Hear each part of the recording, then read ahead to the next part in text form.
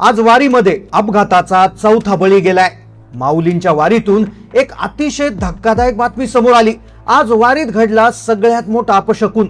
जेव्हा काल रात्रीच्या मुक्कामात एक 65 वर्षाचे वारकरी झोपले होते, अचानक मध्यरात्री दचकून उठले। त्यांच्या शेजारी त्यांचा मित्र होता, तोही दचकला। त्यानं विचारलं काय झालं? ते म्हणाले, मला खूप अस्वस्थ वाटू लागले, मला एक स्वप्न पडले। ते वारकरी जोराजोरात श्वास घेऊ लागले, त्यांचे डोळे पांढरे झाले, परिस्थिती अत्यंत क्रिटिकल झाली होती। ते म्हणू लागले, अपशकुन घडणार, बळी जाणार, वारीमध्ये आणखी एक बळी जाणार। सगळे लोक गोळा झाले, विचार करू लागले काय झालं। सगळेजण त्या वारकऱ्याकडे पाहत होते। ते म्हणाले, मला स्वप्न पडलंय, स्वप्न पडलंय। सगळ्यांना वाटलं दिवसभर थकले असतील म्हणून स्वप्न पडलं असेल, पण पुढील काही तासामध्ये आज जे होणार होतं ज्याची कल्पनाच कुणाला नव्हती। लोक म्हणू लागले, काय स्वप्न सांगताय? काहींनी तर रात्री चेष्टा केली। पण अगदी काही तासानंतर आज जे घडले तेव्हा सगळेजण त्यांना विचारू लागले आहे, कारण काल रात्री त्यांनी जे स्वप्न सांगितलं होतं त्या स्वप्नातल्या सगळ्या घटना जशा आहेत तशाच घडल्या आहेत आणि वारीमध्ये आणखी एक बळी गेलाय। जर त्यांचं ऐकलं असलं तर तो अपशकुन टळला असता। वारीमध्ये जो बळी गेलाय तो गेला नसता, पण त्यांचं ऐकलं नाही आणि ती भीतीदायक धक्कादायक घटना घडली। तरीही लोकांचा भरोसा बसत नव्हता, पण जेव्हा आज टीव्हीला बातमी आली तेव्हा सगळ्यांचा भरोसा बसला। मग काय घटना घडली आहे? मग नेमकं काय घडलं आहे वारीत? नेमकं अशी काय घटना घडली की ज्यामुळे वारीत आणखी एक बळी गेलाय? नेमकं काय आलं होतं त्या बाबांच्या स्वप्नात? नेमकं काय दिसलं होतं की ज्यामुळे घटना घडण्याआधीच त्यांना स्वप्नात चेतावणी दिली होती, पण लोकांनी भरोसा ठेवला नाही? मग पुढे नेमकं काय घडलं? काय अपशकुन होता? चला जाणून घेऊया संपूर्ण सविस्तर रिपोर्ट। आषाढी वारीमध्ये लाखो वारकरी विठुरायाच्या दर्शनासाठी पंढरीच्या वाटेवर निघतात। ऊन वारा पाऊस कोणतंही संकट या भक्तांची पावलं रोखू शकत नाही।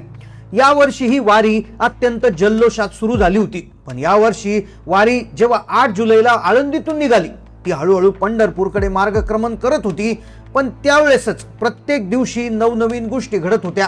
खरं तर ज्यावेळेस वारीचा ज्यावेळेस मुक्काम होता तर त्या मुक्कामामध्येच दुसऱ्या दिवशी एक धक्कादायक घटना घडणार होती, ज्याचं स्वप्न आधीच एका वारकऱ्याला पडलं होतं। खरं तर जेजुरीमध्ये एक धक्कादायक प्रसंग घडला होता, ज्याच्यामध्ये 3हून अधिक वारकरी महिलांचा जागीच अंत झाला होता। पण आज आणखी एक बळी कसा काय गेला? खरं तर जेजुरी मधल्या घटनेची पूर्वकल्पना कुणालाच नव्हती, पण एका वारकऱ्याला एक स्वप्न पडलं होतं आणि ज्याने सांगितलं होतं की पुढे जाऊन असं होणार आहे, पण त्याचं कुणी ऐकलं नाही। मग खरं तर ही घटना आज जरी घडली असली तरी त्याची काल रात्री सुरुवात झाली होती। एक वारकरी ज्यांचं नाव महादेव काळे, एका छोट्याशा गावातून आलेले महादेवराव अत्यंत साधे भोळे आणि निस्सीम विठ्ठल भक्त। घरात पत्नी, 2 मुलं आणि 1 मुलगी असा सुखी संसार। शेतीवाडी सांभाळून त्यांचं मन नेहमी पंढरीच्या वाटेवर उभ्या असणाऱ्या विठुरायाच्या चरणी असायचं। महादेवरावांचा एक विक्रम होता, ते गेल्या 30 वर्षापासून त्यांनी कोणतीही वारी चुकवली नव्हती। वारी चालणं हा त्यांच्या जीवनाचा अविभाज्य भाग बनला होता। त्यांची शेवटची इच्छा होती की माझं मरणच या वारीमध्ये यावं, अशी त्यांची इच्छा होती। मी चालता चालता मरावं, जेणेकरून मी ही वारीला सगळ्या इथून पुढे कधीही राहत राहील। उजाडणारा प्रत्येक दिवस देवाच्या नामाशिवाय सुरू होत नव्हता। पण अखेर एके दिवशी मुक्कामाच्या दिवशी जेव्हा ते त्यांच्या तंबूमध्ये झोपले होते तेव्हा तंबूमध्ये त्यांना एक स्वप्न पडलं। परिस्थिती क्रिटिकल झाली आणि म्हणू लागले बळी जाणार। मग नेमकं पुढे काय घडलं? लोकांनी भरोसा ठेवला नाही, पण आज जे घडलं त्याने सगळ्या वारकऱ्यांमध्ये खळबळ उडाली। जेजुरीमध्ये घडलेली घटना सगळे अजून विसरले नव्हते, पण दुसरीच घटना आज समोर आलेली आहे। दरवर्षीप्रमाणे महादेवरावांनी यावर्षी वारीची तयारी केली होती। दिंडी जशी मार्गस्थ झाली तसे ते त्यांच्यासोबत त्यांचे जिवलग मित्र विकास यांना घेऊन आले होते। दोघेही एकमेकांच्या सुखदुःखात नेहमी भागीदार होते, पण विकासलाही माहिती नव्हतं की महादेवरावांच्या स्वप्नामध्ये हा प्रकार घडेल आणि दुसऱ्या दिवशी ते सगळं जसं आहे तसंच घडेल। खरं तर जेव्हा महादेवराव हे निघाले होते तेव्हा विकास होई त्यांच्यासोबत दिंडीमधून निघाला होता। आळंदीपासून ते दोघे बरोबर होते आणि एके दिवशी एका वारीच्या मुक्कामामध्ये साधारणपणे त्यांच्या सुरुवात झाली या घटनेची, त्या स्वप्नापासून। खरं तर महादेवराव एका रात्री झोपलेले होते आणि झोपेत त्यांना एक विचित्र स्वप्न पडलं।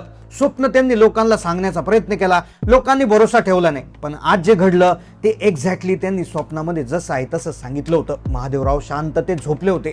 झोपले असताना मध्यरात्री त्यांना अचानक जाग आली। जाग आल्यानंतर ते स्वप्न त्यांच्या मित्राला त्यांनी सांगितलं। ते म्हणू लागले की माझ्या स्वप्नामध्ये एक विचित्र काळ्या कलरची चमकणारी मला एक आकृती दिसली आणि त्या आकृतीने मला सगळा घटनाक्रम दाखवलाय। तो घटनाक्रम असा होता की वारी ज्यावेळेस दुसऱ्या दिवशी चालणार होती दुसऱ्या दिवशी चालता चालता वारी त्या ठिकाणी एका ठिकाणी येणार होती आणि वारीवर एक भयानक संकट येणार होतं. एक पांढऱ्या रंगाचा एक मोठा त्या ठिकाणी चित्र दिसलं होतं आणि ते चित्र वारीमध्ये घुसताना त्यांनी दाखवलं होतं. तर अशा पद्धतीची एक सूचना त्यांना दिली होती.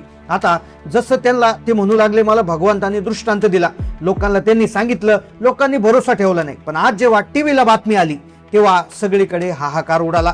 टीव्हीला बातमी आल्यानंतर सगळ्यांना भरोसा पटलाय. खरं तर सकाळ झाली, ज्या दिवशी रात्री त्यांनी हे सगळं त्यांच्या मित्रांना, आजूबाजूच्या लोकांना सांगितलं, लोकांना भरोसा बसला नाही. पण सकाळी दिंडीत भजनाचे सूर घुमू लागले तेव्हा महादेवराव अत्यंत गंभीर होते. त्यांच्या मित्र विकासलाही थोडासा भरोसा येणार होता.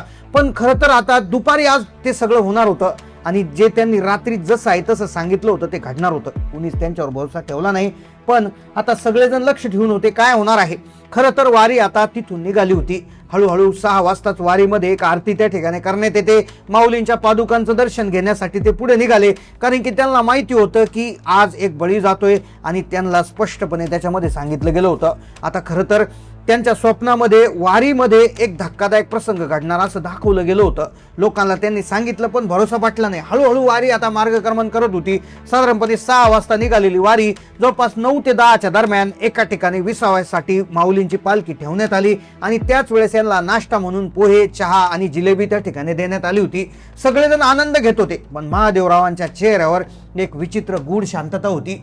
आता सगळ्या लोकांना, काही लोकांना ज्यांनी सांगितलं होतं तर ती लोकही महादेवरावांच्या चेहऱ्याकडे बघत होते, कारण की महादेवरावांनी वारीवर संकट येते आणि एक पांढऱ्या कलरचा एक चित्र आकृती आपल्या वारीमध्ये घुसणार आहे आणि ज्यामुळे वारीमध्ये हाहाकार उडणार आहे, अशा प्रकारची त्यांनी सूचना दिली होती. आता लोक तसे थोडेसे घाबरूनच चालत होते, पण हळूहळू वातावरण थोडंसं आता बदलू लागलं होतं. लोकांना आता पूर्णतः भरोसा आला होता की महादेवराव काही एवढा विषय नाहीये. पण नाश्ता करत असताना देखील महादेवरावांनी त्यांचा मित्र आणि त्यांच्या मित्राच्या शेजारी बसलेल्या लोकांना सांगितलं होतं की आज संकट येतंय, आज आणखी एक बळी जाणार आहे. लोकांचा तेव्हाही भरोसा बसला नाही. पण जेव्हा टीव्हीला बातमी आली तेव्हा सगळ्यांना वाटलं की खरं आहे.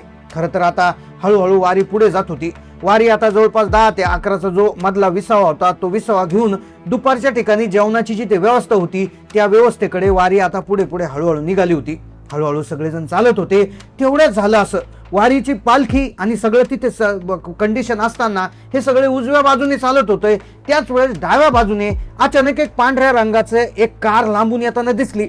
ती सुरुवातीला वाटलं ती अनियंत्रित आहे, कारण की ड्रायव्हर जो होता तो जोराजोरात हॉर्न वाजवत होता आणि हॉर्न वाजवत असताना असं दिसत होतं ती कार हेलकाव्या खात होती.